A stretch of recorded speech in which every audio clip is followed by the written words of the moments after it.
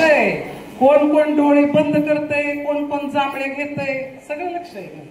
हा अगं जरा जाग्या व्हा. तुमच्यासाठी ताई ओढून ताणून सगळे तिकडच्या मीटिंग कॅन्सल करून माझ्या बायकांनी काही केलं पाहिजे ह्याच्यासाठी इथं आल्यात आणि तुम्ही सरळ जांभळे देत बसले वय. आता सरळ बसा बुवे का ताट. हा अंगा असं देणाऱ्याने देत जावं, घेणाऱ्याने घेत जावं. देणाऱ्याने देत जावं, घेणाऱ्याने घेत जावं. घेता घेता एक दिवशी देणाऱ्याचा हात घ्यावेत. ते बोलताना पण बोलू का नाही, बोलू का नाही. देणाऱ्याचे हात घ्यावेत, ते संस्कार घ्यावेत. हे निर्मळ ओळींना शोभणारं व्यक्तिमत्व म्हणजे माझ्या आदरणीय, माझ्या आदर्श, ज्यांच्या सोबत मी 25 वर्ष झालं काम करते, त्या सौभाग्यवती सुनंदाताई पवार. सन्मान्य व्यासपीठ, आमची सर्वच शारदानगरची टीम, माननीय रायते साहेब, सर्वच अधिकारी पदाधिकारी आणि सगळ्यात महत्वाचं म्हणजे माझ्या समोर बसलेल्या सावित्रीच्या लेकी. आज तुमच्यामध्ये मी माझ्या माऊलीला पाहते आणि श्रावणातले जेवढे सण आहेत ना माय, आज सगळ्या सणांच्या तुम्हाला दिवाळीपर्यंतच्या आजच शुभेच्छा देऊन टाकते. हार्दिक शुभेच्छा. आज ताई इंदापूरचा कार्यक्रम म्हणजे इंदापूरमध्ये कुठल्या भागात मी आले की मला जरा विशेष आनंद असतो, कारण माहेरचा तालुका आहे ना. पण एवढे लांबून मी ओढताना तिकडून येताना ताई मी आले त्यावेळेस 50च महिला. मी म्हटलं ताई बारामतीवर वेळ येतात, मी अकलूजून वेळेत येतात, पण आमच्या इंदापूरच्या बायका नेमका काय करतात हा बी प्रश्न मला पडलाय. पण असं नका, आमच्या ह्या सगळ्या बायका आहेत, मला वाटतं 80-90% सगळ्या शेतकरी कुटुंबातल्या आहेत. बरोबर आहे ना? सगळे शेती करतात का नाही? पण आता साहेब म्हणाले शेती बायका करतात पण एक बी जमिनीचा तुकडा बायकांच्या नावावर नाही. हा पण आज सुनंदाताईंची माझी ओळख मुद्दाम कुठले अध्यक्ष, कुठले आम्ही सचिव, कुठले काय, यापेक्षा सगळ्यात मोठी दोघींची ओळख म्हणजे आम्ही दोघी शेतकऱ्यांच्या मुली आहोत आणि ह्याचा सार्थ अभिमान आहे आम्हाला. दोन भाकरीचे हात पटकन. सगळ्या आल्या का भाकरी करून? का नवऱ्याला तसंच उपाशी ठेवून आला?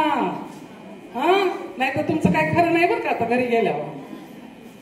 दोन भाकरीचे हात पटकन माईक कार्यक्रमाला आलेले आहे. तापलेल्या तव्यांचे असंख्य चटके हळवारपणे फुंकत आहे. मनात मात्र फुललं स्वप्न की आपण समृद्ध झालं पाहिजे, व्यवसाय सुरू केला पाहिजे. बरोबर आहे का नाही? मनात मात्र फुललं स्वप्न, ओठांवर गाणं आहे, त्रिवार वंदन सावित्री आई तुला, तुझ्या कर्तृत्वाचा हा सन्मान आहे, तुझ्या कर्तृत्वाचा हा सन्मान आहे. आज इथं बसलेल्या माझ्या सावित्रीच्या लेकी असतील, माझ्या जिजाऊच्या लेकी असतील, माझ्या अहिल्यामाईच्या लेकी असतील. मायांनो, काही वर्षापूर्वी आदरणीय सुप्रियाताईंच्या माध्यमातून मुद्दाम ह्या प्रसंगानेच सुरुवात करणार आहे. नायगाव पासून, नायगावला काय आहे बाई, काय आहे नायगावला? आता विचारात पडल्या माझ्या बायका. नायगावला ज्यांना मी आता म्हणलं माझी सावित्री माय, आपलं माहेर तिथं आहे, सावित्री माईचं तिथं घर आहे. आणि जागर हा जाणीवांचा तुमच्या आमच्या लेकींचा.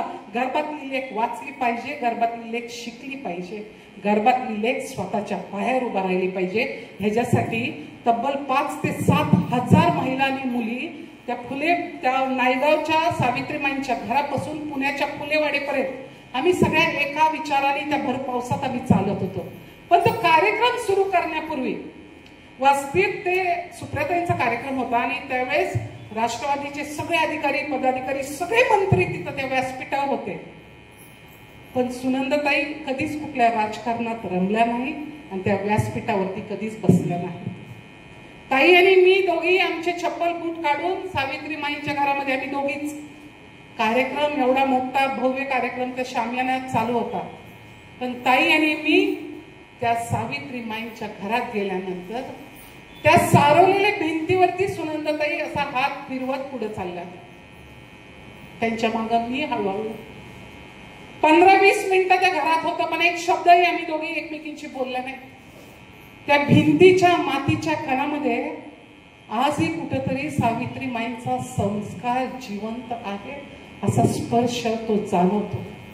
समोरच्या खोलीत गेल्यानंतर तिथं सावित्रीमाईंची भांडी आहेत. एका काठवटीमध्ये सुनंदाताईंनी असा हात फिरवला.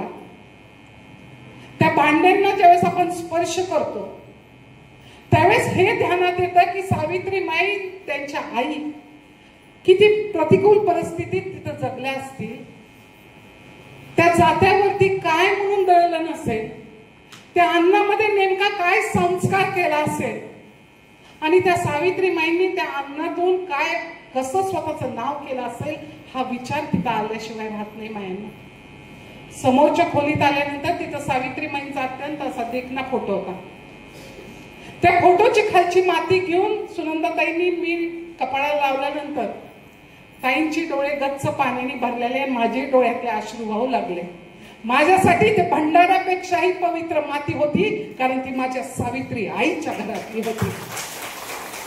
सावित्रीमाईंचं आयुष्य डोळ्यासमोरून असं सगळं खूप वेळा वाचलंय. सावित्रीमाईंना पाहिलं तर नाहीये, पण खूप वेळा वाचलंय आणि नेमके सामाजिक कार्य कसा करावं ह्याचा आदर्श मात्र खूप मोठा माईंनी तुमच्या माझ्यासाठी ठेवून गेला. एकच आयुष्यातला त्यांचा मुद्दाम प्रसंग सांगते. ज्यावेळेस ज्योतिबा आजारी पडले त्यावेळेस मृत्यूपत्र लिहून सावित्रीमाईंच्या हातात दिला आणि म्हणले, सावित्रे माझ्या जीवात जीव आहे तोपर्यंत हे मृत्यूपत्र वाचून घे बरं. काय चुकला असेल, हातपाय अजून ठीक आहेत तोपर्यंत दुरुस्त करून देतो तुला. जिवंत नवऱ्याचं मृत्यूपत्र हातात घेतल्यानंतर अत्यंत कणखर अशा असलेल्या सावित्रीमाईंच्या डोळ्यातले अश्रू काय थांबणार.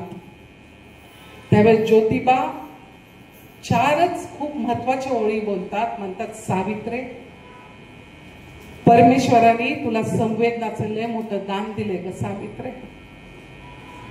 फटक्या पदरानं डोळं पुसव सावित्रे. हे डोळ्यातले अश्रू आहेत ना, प्रचंड मोठी आग तयार होते सावित्रे.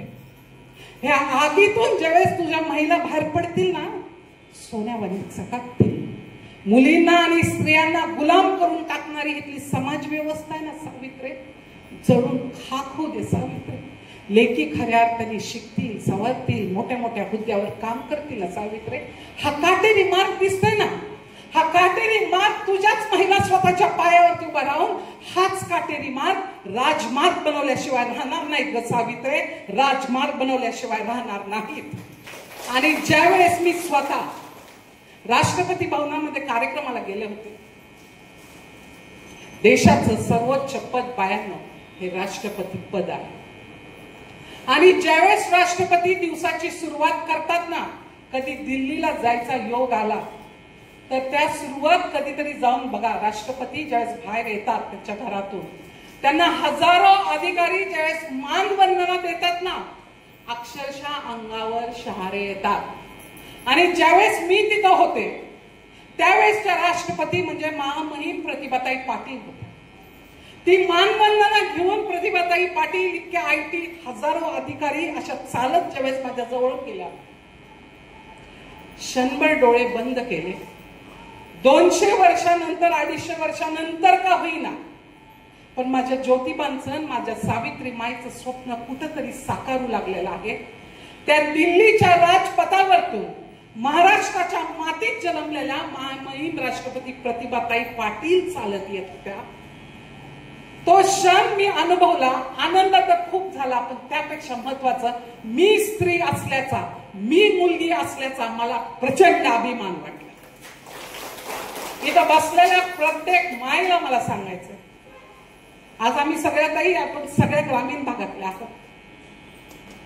मी स्वतः एका शेतावरती जन्मलेली वाढलेली भोडणी बावडा ह्या गावातली मी पोरगी आहे.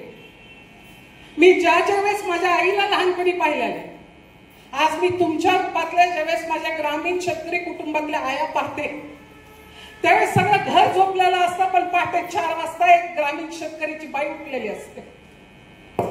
सारवायचं म्हणू नका, रांगोळी घालायचं म्हणू नका, त्या चुलीला पोत्याला म्हणू नका. 4 शेरडा इकडून तिकडं बांधायची असेल, गुरांच्या धारा काढायच्या असतील, माझी माय एकटं सगळं करत असते.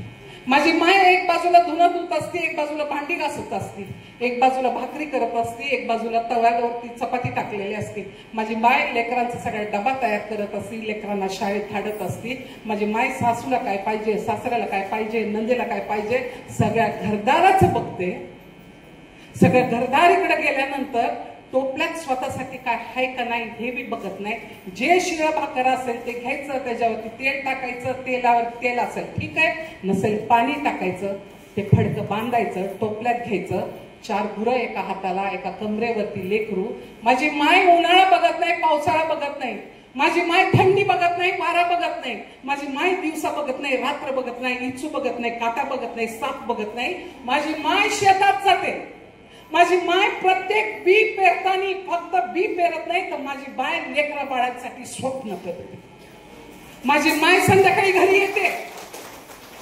माझी माय घरी आल्यानंतर निवांत बसत नाही, नवऱ्याला म्हणत नाही द्यावं 1 कप चहा आणून. माझी माय नवऱ्याला काय पाहिजे, माझी माय परत घरदाराला काय पाहिजे. माझ्या मायचं स्वयंपाक पाणी असतं, एक बाजूला धुणं धुत असते, एक बाजूला भांडी घासत असते. माझे माय परत सगळ्या घरदाराला अन्न घालून पोट भरून सगळं घरदार झोपतं. माझी माय 10:30-11 वाजता पाठ टेकवती. आणि आजही सुनंदताई, माझी शेतकरी माय म्हणते, सुनंदताई म्या कुठं काय करते. माय जेवढं तू करते ना, आज ह्या समयला जो तुम्ही हार घातलाय, ती फुलं पानं जिथल्या तिथं आहे, कारण त्या हारामध्ये दोरा आहे ना, त्याच्यामुळे त्या हाराची शोभा आहे. ह्या कुटुंबाचा जो हार आहे ना, जिथल्या तिथं सगळी व्यवस्था, कुटुंब व्यवस्था, सामाजिक व्यवस्था तुम्ही आहात. त्या दोरातला हार तुम्ही आहात, म्हणून समाज व्यवस्था जिथल्या तिथे. आणि माय म्हणते म्या कुठं काय करते.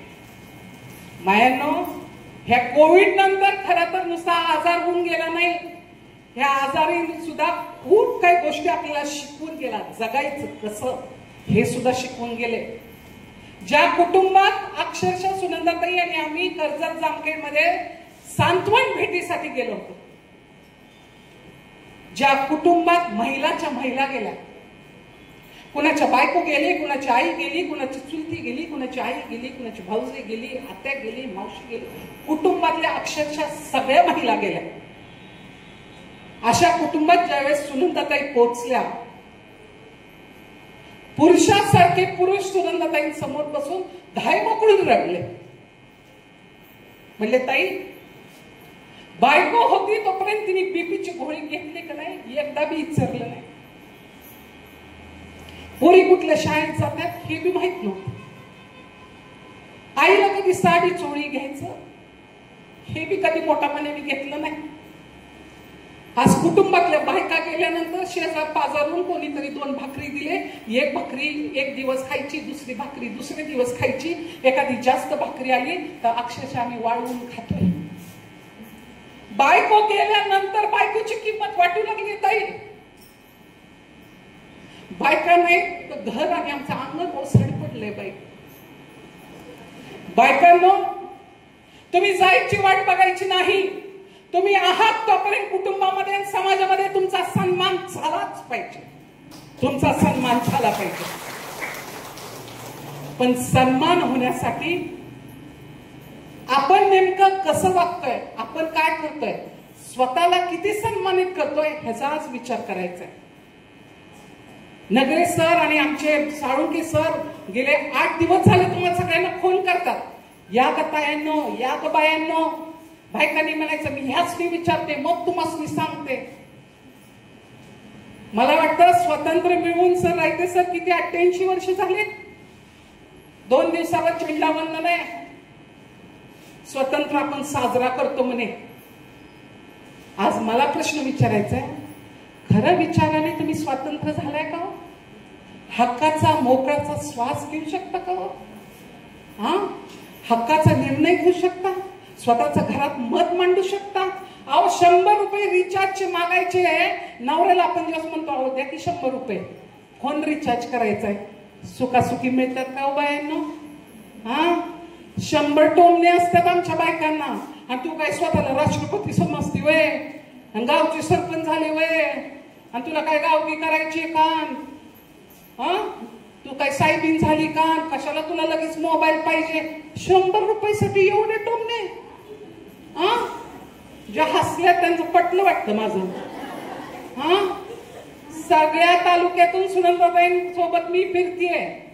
मोठ्या मोठ्या कुटुंबातल्या महिला सुनंदाताईं सांगतात, ताई काय पण करा पण हाताला काम द्या बाबा.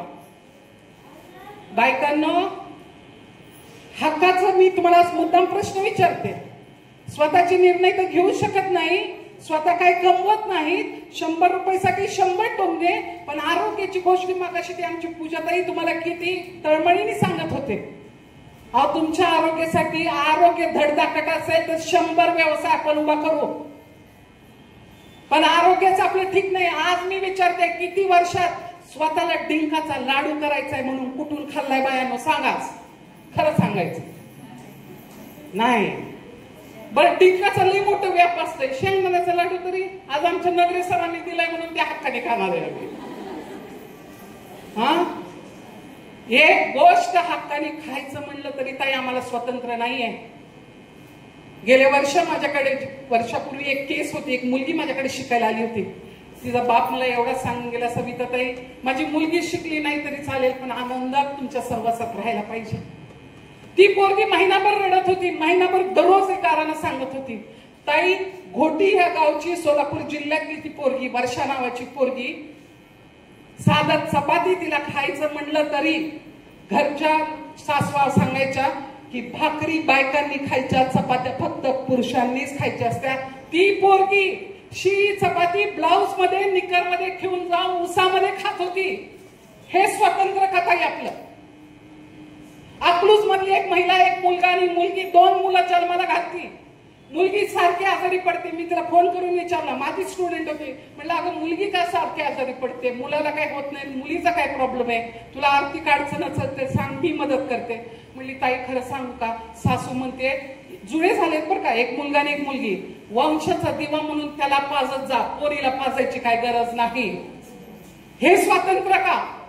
बाळाला दूध पाजायचं का नाही, हे सुद्धा स्वातंत्र्य माझ्या महिलांना नाही येत आहे. आणि आपण स्वातंत्र्याच्या गोष्टी करतो आणि आपण चंद्रावरती आणि सूर्यावरती जाण्याच्या गप्पा मारतो.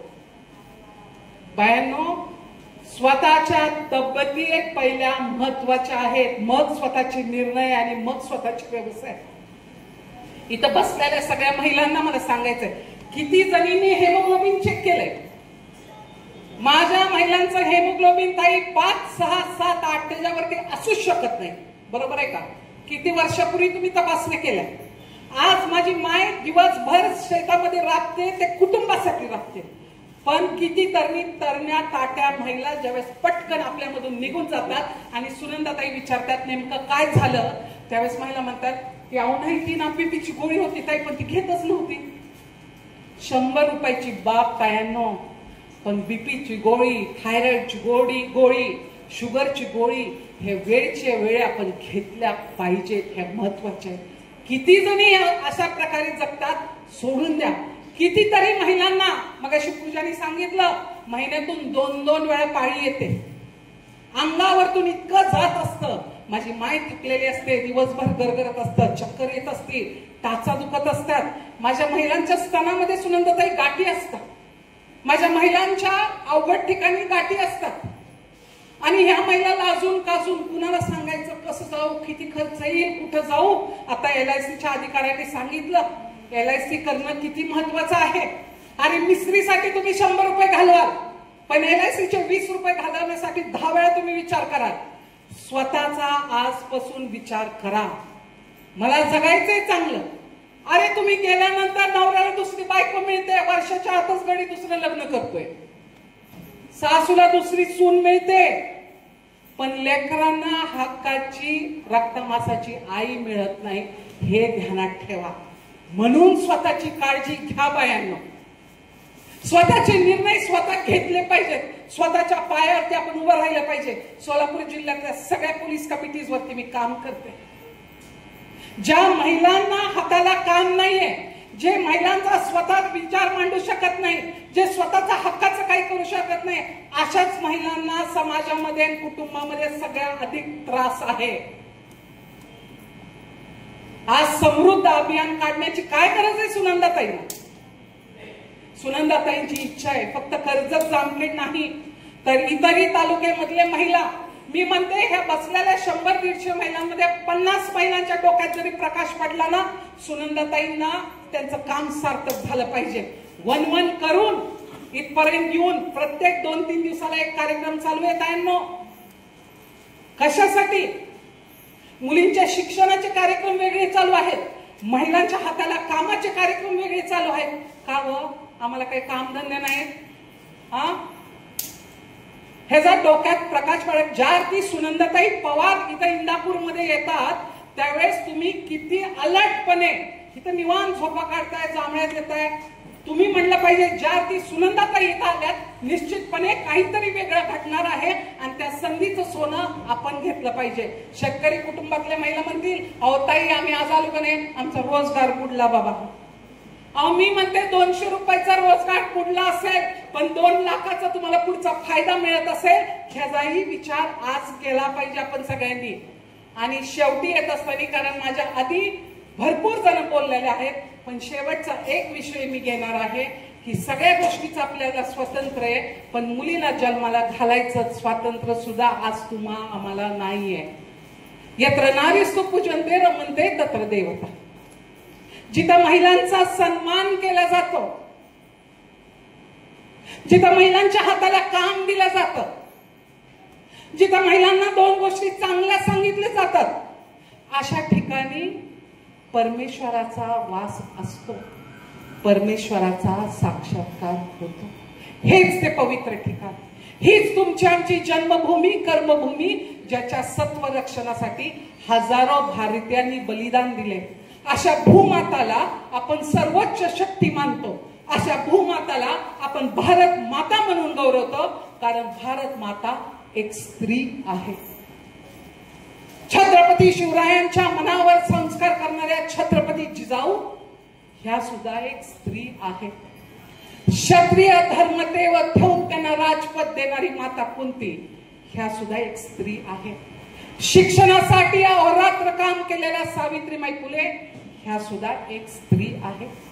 गांधीजींच्या मनावर संस्कार करणाऱ्या माता पुतळाबाई ह्या सुद्धा एक स्त्री आहे.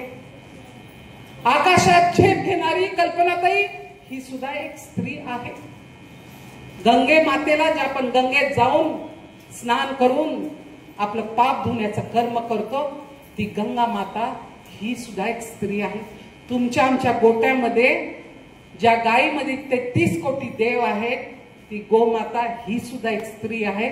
आज व्यासपीठावरती ज्या तुमच्यासाठी विराजमान आहेत सौभाग्यवती सुनंदाताई ह्या सुद्धा एक यशस्वी स्त्री आहेत. उद्या तुमच्याही रूपात तुमच्या लेकी, तुमच्या सुना, तुम्ही स्वतः यशस्वी होणार आहेत. तरी सुद्धा मुलगी नको. माय बाप बोल लेक वंशाला नसावी आणि पार्वती माता बोल उद्याची दुनिया कशाने वसावी, उद्याची दुनिया कशाने वसावी. मायांनो, तुम्ही टाकून दिलेली बाळ आहेत ना कचरा कुंडीत, मुंग्यांनी खाल्लेली बाळ ह्याच हाताने उचलले. उसाच्या फडामध्ये टाकून दिलेले लेकी ह्याच हाताने काढलेले. विठ्ठलाच्या वाळवंटात जिवंत लेकी पुरलेल्या ह्याच हाताने उकळून काढलेले. प्लास्टिकच्या पिशवीत तरी बांधून लेक वाहत्या पाण्यामध्ये सोडतात ह्याच हाताने बाहेर काढलेले आहेत. कचरा कुंडीत म्हणू नका, सगळ्या घाणीमध्ये तुमच्या लेकी तुम्ही टाकून दिलेल्या ह्याच हाताने उचललेल्या आहेत. मायांनो, लेकीच्या माहेरासाठी माय सासरी नांदते, लेकीच्या माहेरासाठी माय सासरी नांदते, युगायुगाची कहाणी आई बहिणीला सांगते. कधी जन्मनार लेक, कधी जन्मनार लेक, आता कसलं माहेर, गर्भात जळण्याचा मिळतो तिला आहेर, गर्भातच जळण्याचा मिळतो तिला आहेर. बायांनो, 1000 वेळा सुनंदाताई आणि मी हॉस्पिटलमध्ये जातो.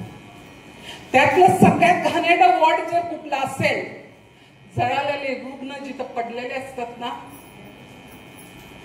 सगळ्या 18 ते 24, 25, 30 वयोगटातल्या महिला जळालेल्या अवस्थेत असतात. कुठल्या महिलेला असं जवळ गेलं आणि विचारलं ना काय झालं का ताई, ती कधीच सांगत नाही नेमकं तिला काय झालंय. स्टोचा भडका झाला ताई, पदर माझा चुलीत गेला ताई. कुटुंबाला माझी माय कधीच दोष देत नाही. आणि ज्यावेळेस मी डॉक्टरला तिथं जाते, डॉक्टर म्हणते नरक कुठं असेल ना डॉक्टर साहेब इथं पाठी लावा. सगळ्यात जास्त महिला जळालेल्या सापडतील तुम्हाला.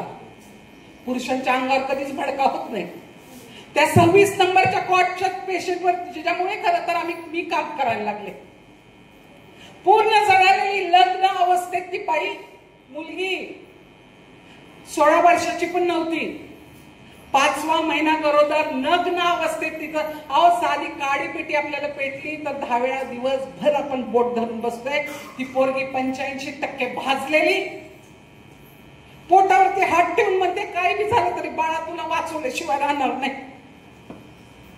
ती जवळ गेले, तिचे जळालेले ते केस, तिच्या हात फिरवला आणि माझा असा हात पकडला तिने. आजही मला तो ओला स्पर्श, तो सुगंध, ते जळालेलं शरीर असताना त्याचा वास फार भयंकर येतो पायांना. माझा हात पकडला आणि म्हणली ताई मी जर शिकली असती, 4 पैक माझ्या हक्काचे माझ्या कमरेला असते, कुटुंबाने ही अवस्था केली नसती. बघा काय बी करा पण पोटातली पोरगी वाचली पाहिजे. समोरून डॉक्टर आले, म्हणलं डॉक्टर साहेब हे माझं व्हिजिटिंग कार्ड, ह्या लेकरासाठी काही मोठी मदत लागली तर सुगंधताईंना सांगू, छोटी मोठी मदत काय असेल तर अकलूजून पाठवते, पण या लेकराला काहीतरी करून वाचवूया. डॉक्टरनी माझं नाव बघितलं, माझा नंबर बघितला आणि म्हटले ताई ही पहाटेची आलेली केस आहे, 85% भाजलेली ही गरोदर माता आहे. प्रयत्न करू पण सगळ्या गोष्टी खूप अवघड वाटतात आहेत ताई, कारण 85% भाजलेली आहे. मला तरी बघा डॉक्टर काही मदत लागली तर तुरंत फोन करा. त्या लेकराचा हात माझ्या हातातून असा बाहेर गेला. मी खूप जड पावलांनी त्या हॉस्पिटल मधून बाहेर गेले. बाहेर त्या हॉस्पिटलच्या कडुलिंबाचं झाड होतं, त्या झाडाच्या खाली त्या सुमाची आई पांडुरंगाला विनवणी करते, पांडुरंगा माझ्या सुमाला मरण येऊ दे रे, पांडुरंगा माझ्या सुमाला मरण. तुम्ही आम्ही आपल्या लेकरा बाळांसाठी उदंड आयुष्याची प्रार्थना करतो, आपल्या मुला बाळांचं नीट व्हावं ह्याच्यासाठी दिवसाचं रात्रचं दिवस करतो. पण ती हातबल झालेली गरीब माऊली पांडुरंगाला विनवणी करते, पांडुरंगा माझ्या सुमाला मरण येऊ दे रे पांडुरंगा. 3 सांची वेळ होती. त्या माऊलीला जवळ घेतलं, म्हणलं ताई आपल्याच तोंडून 3 सांच्या वेळेस आपल्या लेकराचं मरण मागायचं. म्हणली बाई सांगायचं काय तुम्हाला, 3 पोरींच्या पाठीवरती पोरग झालं. सुमाला कधी शाळेत धाडलं नाही. लहान लेकरांना कोण सांभाळ, चुलीला पोत्याला कोण करणार. मी शेतात गेल्यानंतर ह्या लहान लेकरांना सांभाळायला कोण, ही 4 शेरड करणार ह्यांना बघणार कोण. माझी लेक वयात बी आली नाही तोपर्यंत बाई मी लग्न करून टाकलं. माझ्या गळ्यातले मणिमंगळसूत्र सुद्धा ठेवले नाहीत, का 4 गाया ठेवल्या नाहीत. सगळं विकून जावायच्या मड्यावरती एवढा मोठा हुंडा घातला. माझ्या लेकराला सुख लागलं नाही बाई.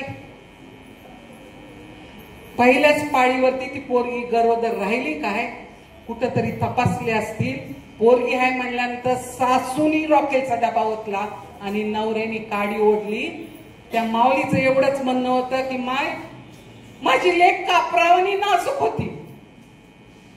काडी लावली, भुरकन जळून गेली, भुरकन जळून गेली. तिचं ते सगळा आक्रोश, आईचा आक्रोश काय असतो ना, त्या 3 सांच्या वेळेस त्या कडुलिंबाच्या झाडाखाली मी अनुभवला. आतून नर्स आल्याने म्हणाल्या 26 नंबरच्या कॉटवरचे कोण नातेवाईक आहेत का. त्यावेळेस ती बाई अशी धावत, एक बाजूला पदर पडलेल्या, निरणी सटलेल्या फाटक्या अवतारात, म्या हाय म्या सुमाची आय हाय म्हणून. नर्स म्हणलं पळू नका, शिस्तीत या. 26 नंबरच्या कॉटवरचं पेशंट मरण पावलेलं आहे. इकडं सुमाची ज्योत कायमची मावळली होती, इकडं सूर्य मावळत होता.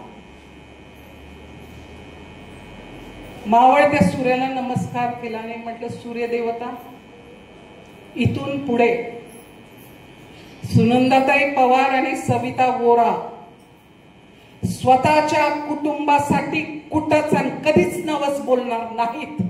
किती आयुष्य माहित नाही, पण जेवढं आयुष्य आहे परमेश्वरात, माझ्या खेड्यापाड्यातली, वाडे वस्तीवरची, गावगाड्यातली माझी बाई स्वतःच्या पायावरती उभा राहिली पाहिजे. माझ्या वाडीवरची पोरगी शिक्षणाच्या प्रवाहात आली पाहिजे.